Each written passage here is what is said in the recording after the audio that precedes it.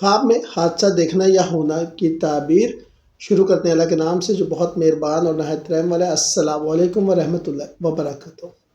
اسلامی تعبیر خواب کے مطابق خاص طور پر ابن سیرین رحمۃ اللہ علیہ اور دیگر علماء کی آراء سے جو جدید تعبیرات میں بیان کی جاتی ہے، خواب میں حادثہ جیسے کار، ہوائی جہاز یا سڑک کا ایکسیڈنٹ دیکھنا یا خود اس میں مبتلا ہونا عام طور پر پریشانیاں، رکاوٹیں، ناکامی، مالی حیثیت کے مسائل یا زندگی میں اچانک تبدیلیوں کی علامت ہے۔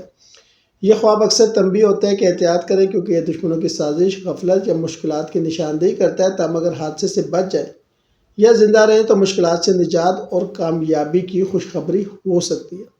بعض خواب کی تفصیلات حادثے کی نوعیت، آپ کا کردار، زخمی ہونے یا موت پر منحصر ہوتا ہے، جیسے کہ حادثہ دیکھنا زندگی میں آنے والی مشکلات، رکاوٹیں، مالی نقصان یا دشمن کا سامنا یا غفلت یا غلط فیصلوں کی وارننگ ہے۔